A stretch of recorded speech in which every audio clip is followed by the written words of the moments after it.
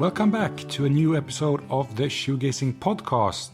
I'm Jesper Ingevaldsson of shoegazing.com, one of the leading blogs in the world on quality shoes.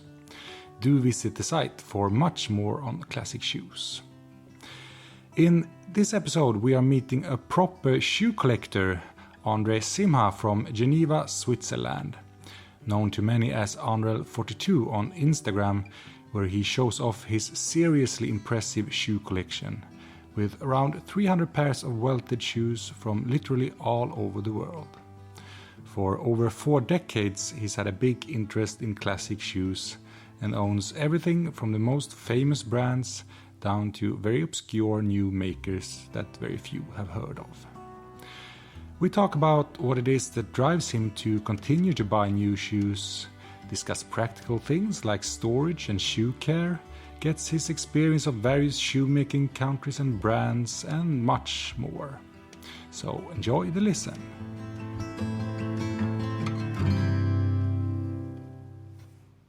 All right, André Simha, welcome to the Shoegazing Podcast. Thank you, Jesper. Thank you. It's a pleasure to see you. Yeah. It's we just talked about it. That we usually meet a few 1 or 2 times a year at various shoe events, but now none of us have met anyone for a very long time in real life. Yeah. Well, that's right. Yeah. I was always looking forward to the London trunk show, and meanwhile we're still buying shoes, but we missed the human contact. Yeah, exactly. I mean, I've been following you since I got into shoes.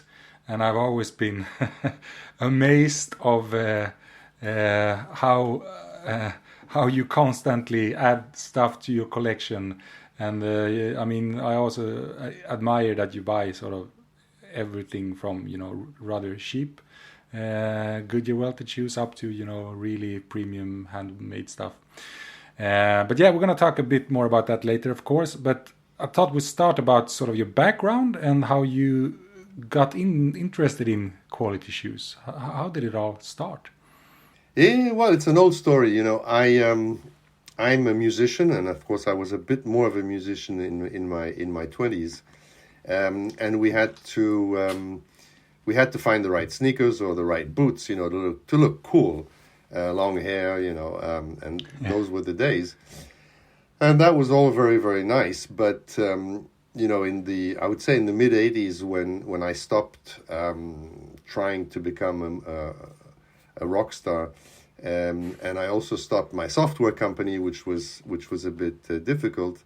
I had to find a real job, and I got the real job, but then the dress code was a bit different from the geeky days, and I had to dress more elegantly. So I think it started there. In Geneva, we didn't have much choice in terms of proper shoes, good-looking shoes, quality shoes. So as I was traveling quite a bit, I often went to London, and I always seemed to end up around Jermyn Street for some reason. And yeah, looking at all the store windows, it got me really, really excited. I said, okay, I need a good pair of shoes, and I think that's probably where it started. I saw a sale at Church's, I remember very well. They had some, very nice loafers, and I said, okay, so, let's buy a good pair of shoes. And I think that's where it started, slowly. When was this, roughly? I would say probably in the mid to late 80s. All right, yeah. So it was a while back then. A while back, yeah. Cool. And did you immediately start, collecting shoes, or has it evolved slowly, the interest? I think it evolved slowly. I bought that. I remember very well that pair of loafers. I can't remember the model, but I wore them every day. And so, of course, after a couple of months, they started to look bad. So I bought another pair. And I think, slowly I got very excited looking at shoes, looking at, the leathers, looking at the colors. I also found that, a lot of people around me were wearing beautiful suits, which I couldn't afford, but they had horrible shoes. Yeah. And so I said, let me be different. I'll get a cheap suit, but I'll wear good shoes. And I think that's probably started in the 90s. Cool. Yeah, that's sort of how how I do things nowadays as well. Very nice shoes, not as nice suits. You spend your money where your heart is, so to speak. Absolutely, absolutely. So, sort of, how many pairs do you buy each year? Would you say roughly? I think it probably varies from maybe 20 to 25 pairs, and I'm talking, proper shoes. I don't count sneakers. I'd say probably 20, 25 pairs a year. And nowadays your collection is around 300 pairs of proper dress shoes, so to speak. Yeah, that's correct. Yeah, all sorts, all sorts. Yeah. And I mean, do you sell shoes off, or do you keep all and wear them until they can't be worn anymore? Or how does it work? Yeah. I regularly sell, pairs that are in very good shape, but that I don't wear much. Essentially, I'm limited by my shelves. So, if I want to make space for a new pair, I have to try to get rid of one or two other pairs. And sometimes, even new pairs that, they look great when I bought them, but then I realize that I'm not wearing them. So, I guess I lose a bit of money, but I make somebody happy. So that's, I'm staying around that number. Where do you normally sell your shoes? That's a good question. I used to do a bit on eBay, but that was a bit, I would say, complicated, and a lot of people from the US looking to buy the shoes, and we have very different sizings, between the European foot widths, particularly in the US. Wider widths, yeah.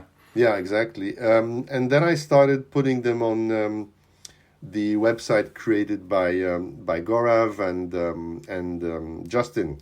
The buy and sell section of the shoes now. Yeah.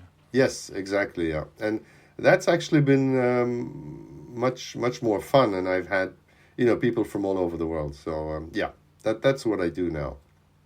Cool. Yeah, it's sort of easier when you have proper shoe nerds that know their way around sizing and all that. eBay is much wider in that sense.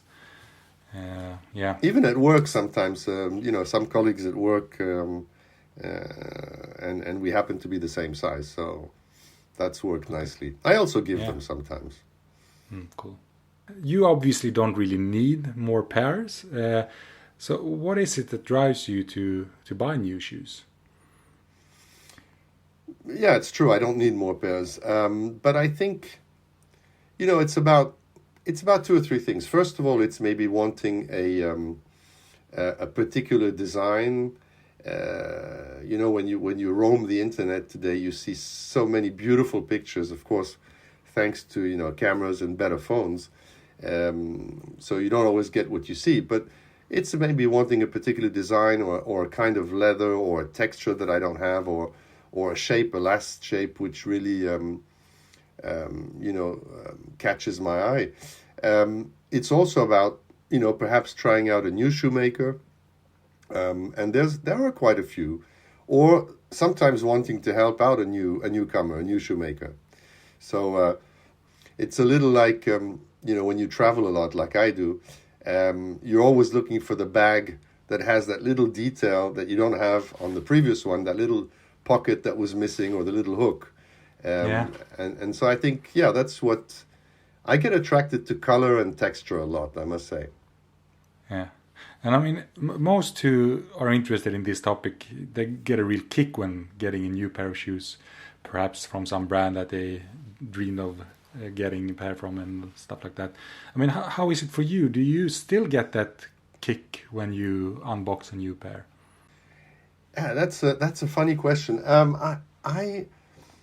I think that, I have very, very busy days at work, and again, I used to travel a lot, so I use the internet to buy a lot of stuff, and with the pandemic, it hasn't been any better. But I have the impression that ordering is the part that really excites me, Perhaps having a dialogue with the shoemaker first. Of course, we've met a lot of them, so like you have, and we know each other. So I think ordering is the exciting bit. I'd like it like this, with that particular feature, this color, this kind of leather, and then you have the weight, and finally you get the box. And yes, it is very exciting, opening the box, and then trying them on and making, hoping that you'll get a good fit and a comfortable fit. So I think the ordering part for me is maybe the more exciting than the unboxing, for some reason. Okay. Yeah, cool. So sort of how has your feeling for new shoes changed through the years? No, actually, I've noticed that if I look at my collection, and I have a small database with the pictures and the models, I've noticed that I have quite a few pairs which are very similar. So there is a pattern there somehow.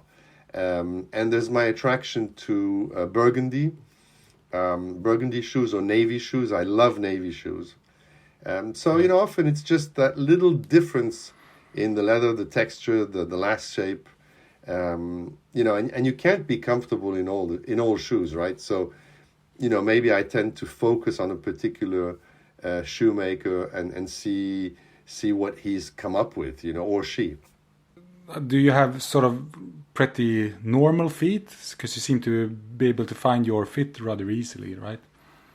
No, I do. I really have very normal feet. A bit of a high instep, I would say. So, particularly on loafers, it can be an issue because either they're too tight or they tend to slip a bit.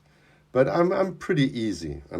I'm a 43.5, which is 9.5, UK, and that seems to be pretty normal. Yeah.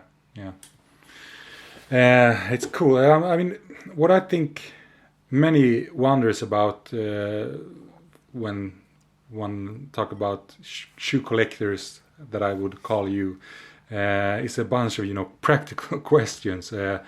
300 pairs of dress shoes, and then on top of that a bunch of sneakers and other stuff. First of all, how do you store all the shoes? Well, I have to thank a Swedish shop that sells shelves, So what can that be for? I have no idea. And the owner used to live in Switzerland, but I think he's deceased. No, I have a lot of shelves. I have a big room in my basement in the house, where I also play, my music sometimes, and I have a lot of shelves, and so I just pile the boxes on those shelves, and then when I run out of space, well, I as I mentioned, I have to try to sell a few of them off. They're stored in their boxes. Yeah. Not everyone. Not you don't have like one shelf with the current rotation or stuff like that, but you have all in the boxes. No, I do. No, absolutely. I have a smaller shelf on the side where I have the ones that I want to wear next week, for example. And the ones that I wore during the week, and clean them a little bit before putting them back.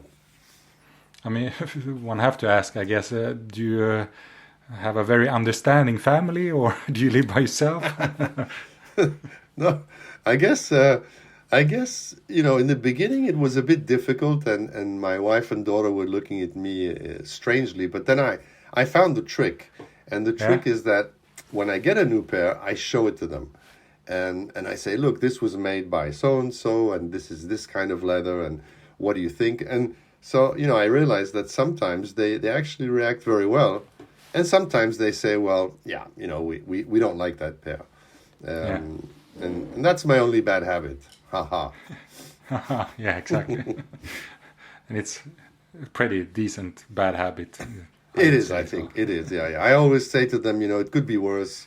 I could have some very bad habits, and this one is easy.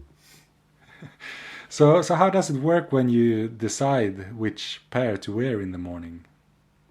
Well, actually, what I do is I think about it the day before, because in the morning I'm usually, in a rush, and if I haven't prepared it the day before, then I'm probably going to wear the same pair that I wore 2 or 3 days ago. So, I think about what am I going to wear. I don't wear many suits anymore, unless I have a public speaking event or something. So, I'll usually either look through the database or just look at the boxes and remember, a pair that I haven't worn often, and I would get them ready for the next day with the right belt and truth is, I often wear the same 10, 15 pairs in the rotation, and then I sort of say, okay, now let's pull out some other pairs, depending on the season as well. Yeah. Yeah. So that's, I mean, you don't rotate between the whole collection all the time. You sort of have small sections that you wear for a period, so to speak. Yes. That's how I keep them in good shape. And if you look at a whole year, roughly, how many pairs gets to see some wear, would you say, in total? I would say anywhere between maybe 30 and 40 pairs. Yeah. And that's why I still have so many, because they don't get used much. And I also tend to usually put metal toe taps and a bit of a rubber sole, so that the leather stays in better shape. So you don't re-sole shoes often then? No, not very often. My good friend, who's a fantastic cobbler, is always very disappointed. He sees the potential, but yes, exactly. And I don't walk a lot, to be honest. I drive to work, so I think if I lived in the city, which I don't, then maybe I'd walk more, and that would probably change the story of the rotation in the pairs. Yeah. But I mean, if you do you have many pairs that you basically haven't worn for years, that just sits there on the shelf, but that you still keep, or how does it work with that? Yeah, sometimes I love a pair so much that I don't want to wear it because I'm afraid to ruin it. It's silly, but it's happened, and so I have to try and get rid of that habit. And yes, shoes should be worn. Shoes should be worn. That's absolutely. Yeah. How often do you sort of bring out your creams and waxes and sit down to shine shoes? I think, every time I wear a pair, on the Sunday, I'm going to just, brush the shoes that I wore during the week, unless they got very dirty. And I think I would probably cream and wax or maybe do a mirror shine every 2, 3, 4 wears. I think that's sufficient, unless they get dirty or wet. Yeah, because you basically always have really nice looking shoes on your Instagram. So one can see that you care for them. Yeah, I care for them and they don't get used much. That's the truth. Good combo. Okay, I mean, with your sort of vast experience of various shoe brands and also through a number of decades then, I thought we'd go through some of the, big shoemaking countries and see what you think sort of distinguish shoes from these in terms of, how they're made, price, quality ratio, and choices of materials and stuff like that. I mean, let's start with England, for example. So how would you say, what defines English shoes? Welted shoes then, of course. Yeah, English. It's changed across the years. I mean, if you look at some of the older brands that have, of course, I mean, I have Crockett & Jones. But for me, that's a rather, big factory, maybe less personalized, less creative. But English shoes for me are I would say, sophisticated. I think there's, of course, a very long history of shoemaking there. If I look at the brands today, obviously Gaziano is a brand that I like very, very much. Cleverly, whenever I'm in London, I do take a look. Foster & Son is a brand I like a lot, although I've only had one pair bespoke from them. But yeah, England has changed, has evolved, and of course with the Brexit, it's slightly more expensive. So yeah. But sophisticated and sort of classic, would you say, or? I would say sophisticated and relatively classical, yes. And then Italy. What's Italian shoes for you? Italian shoes is like Italian women. They know how to dress. No, I think Italy for me is very creative. I've met with quite a few shoemakers. Whether it's in Florence with the Bammers. You have Enzo Bonafè in Bologna, Antonio Meccariello that I love, close to Naples. I think, they've come up with a lot of creativity, and I'm more attracted by that than by maybe the classical shoes. So I think it's a bit to do with, it's the man's jewelry is a bit his shoes or the watch. So I would say very creative in Italy. And Spain then, which is sort of one of the more growing countries when it comes to classic shoemaking. Sure. Well, Spain, I think, again, perhaps creative, but not as much as Italy, but I would say affordable. I think that Spain has come up with a lot of very affordable shoes, whether it's Carmina, that are still, made in Spain, or Merman that make them in China. They come up with very, very good quality shoes at a very affordable for us collectors price. So that's really nice. And you can still have MTOs made, so that you can still have that relationship, even though Carmina has become quite big. But then, of course, you have my good friend Ramon Cuberta, who's also making very sophisticated and creative shoes, and Norman Vilalta, that I love to chat with or have lunch when I'm in Barcelona, which hasn't happened for a bit. But yeah, also sort of creative, affordable stuff then, yeah. Yeah, I would say, yeah. And France then, also a very classic shoemaking country. France, to be honest, I don't own many French shoes. I have 2 pairs, I think, of Aubercy. I like what they do a lot. Or the recent brand Pointe de Paris, which I found, although they're made in England, I found them very interesting in terms of the last shapes and the design. And of course, Alton Bautier in Paris, that really make very, very interesting designs, although I think mostly made in Italy, but they come up with very interesting designs and patinas, which I think is fun. So you have a bit of choice. And do you own many American shoes, or how is it with that?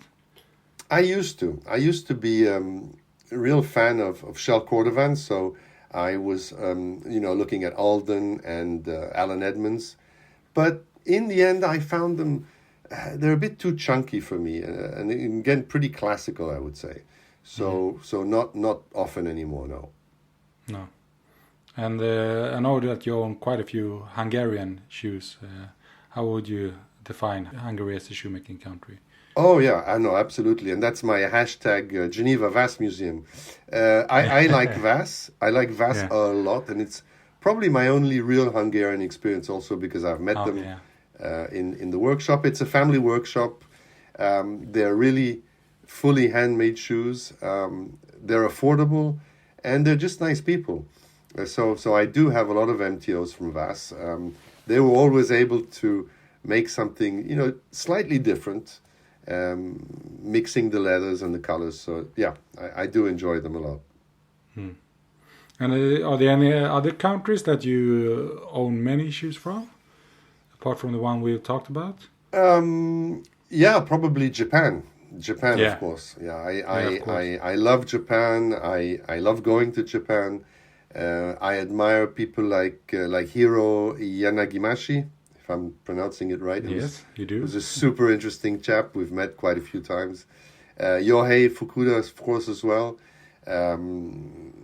Even though the price points in Japan are, slightly high, I would say, but the quality with them is always, impeccable.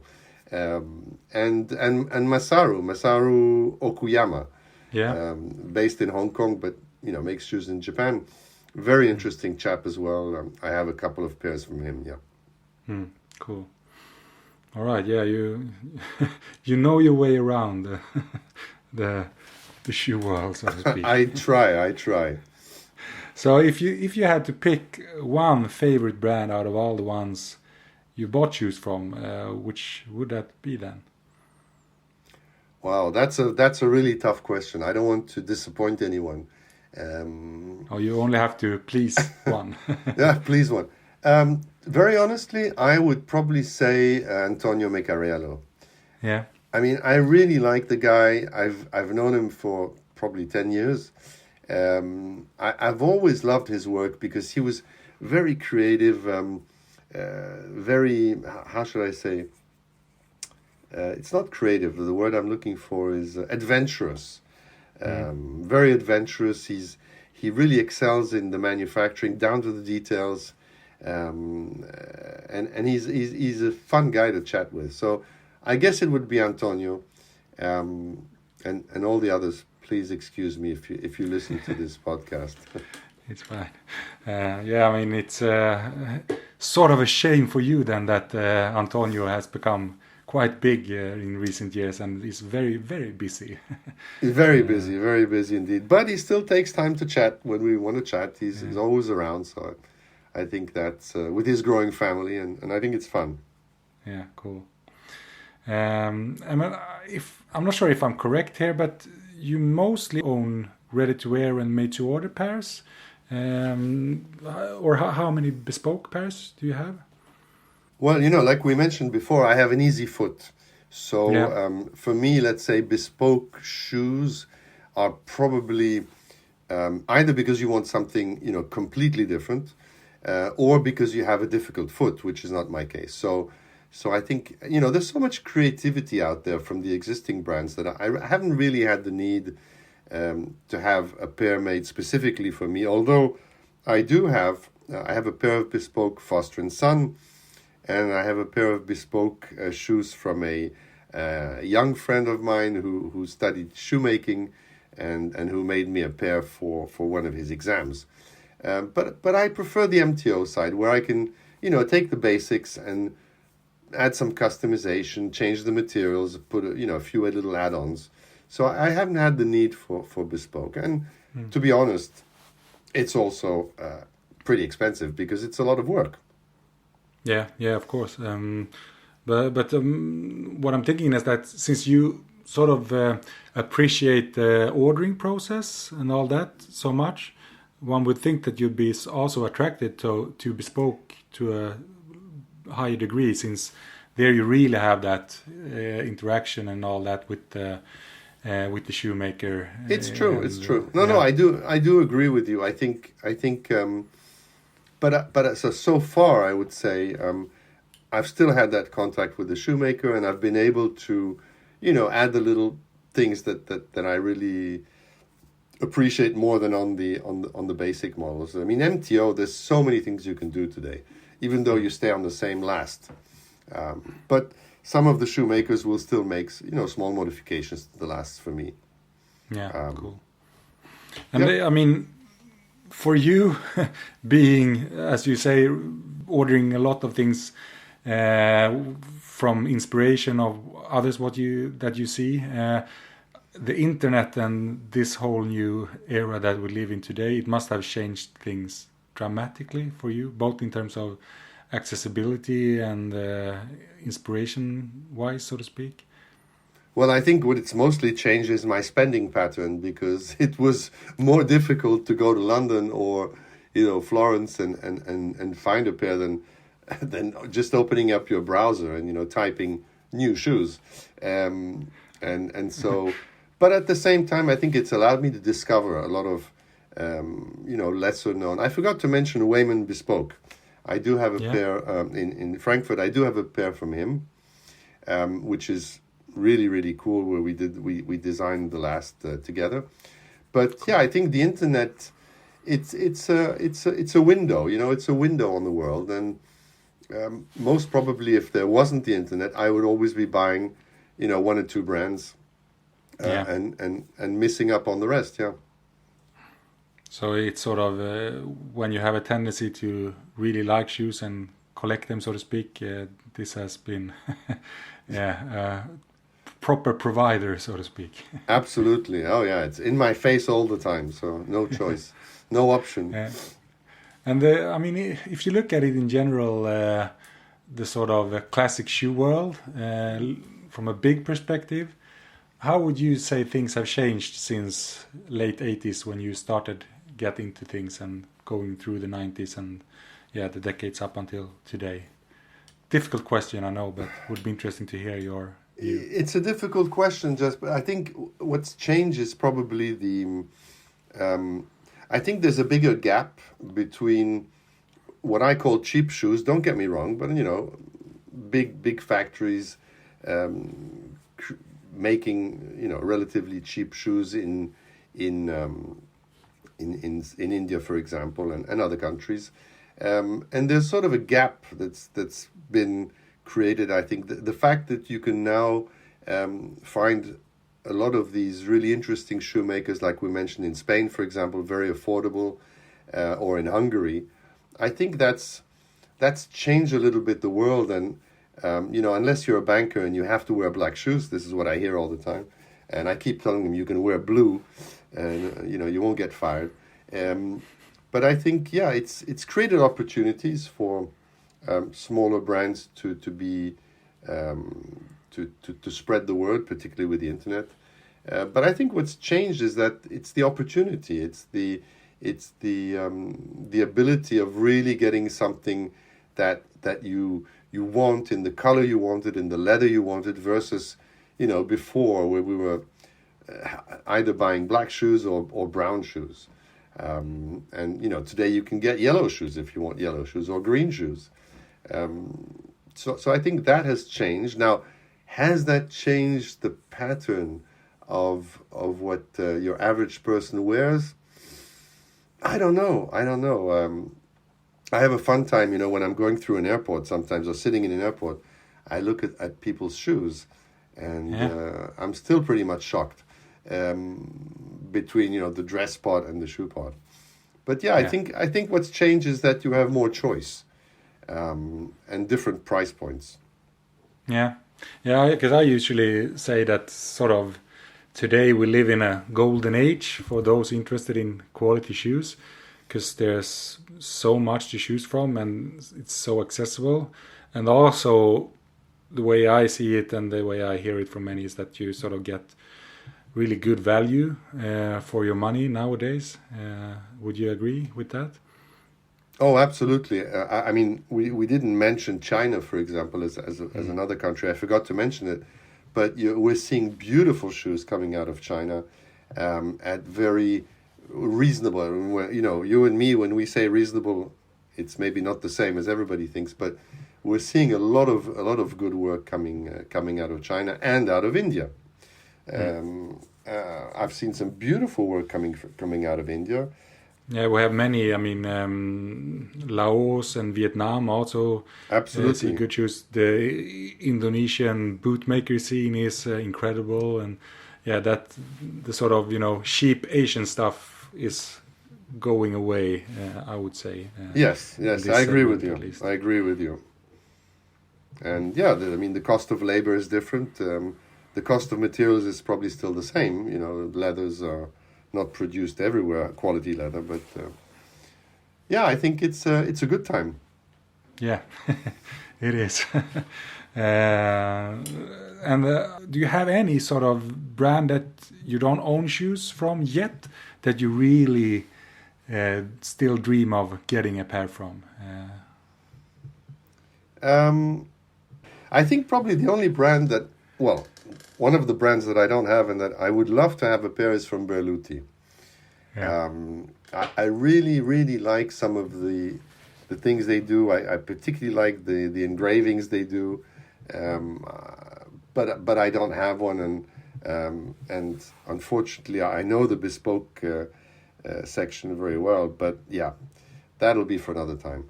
Yeah, Berluti Bespoke is one of the pricier ones that you can get your hands on in the world.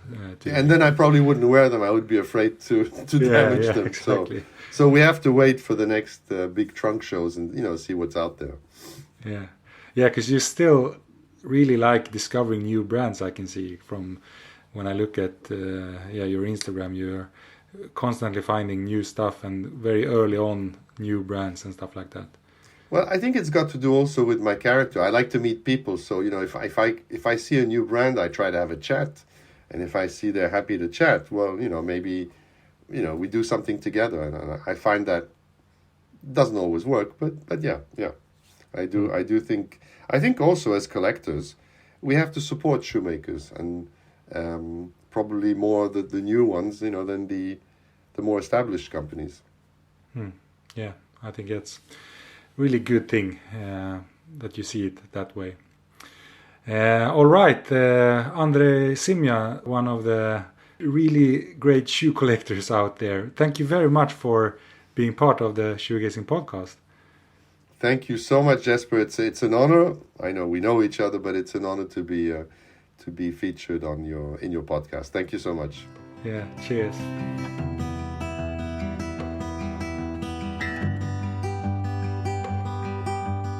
Thank you for listening in on this episode. If you enjoy the podcast, please give it a good rating or comment in your podcast player. The Shoegazing podcast will be back with a new episode in a few weeks, so hear you again soon.